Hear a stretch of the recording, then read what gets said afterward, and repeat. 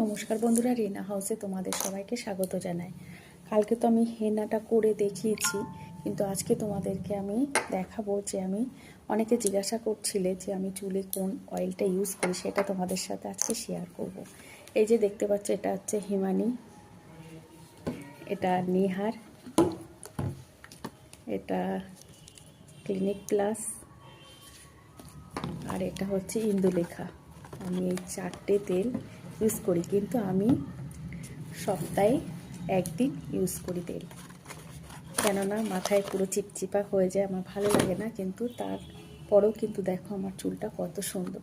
আজকে আমি লাগাচ্ছি, কেননা কালকে আমি হেনা করেছি। হেনার পরে কিন্তু তেলটা অবশ্যই লাগাতে হবে, নাহলে চুলটা ভালো থাকে না। হেনা করলে চুলে যত তেল দেওয়া যাবে কিন্তু ভালো। তারপরে আমি আজকে আবার শ্যাম্পু করে নেব 2-3 ঘন্টা রেখে। চলো তাহলে, টাটা।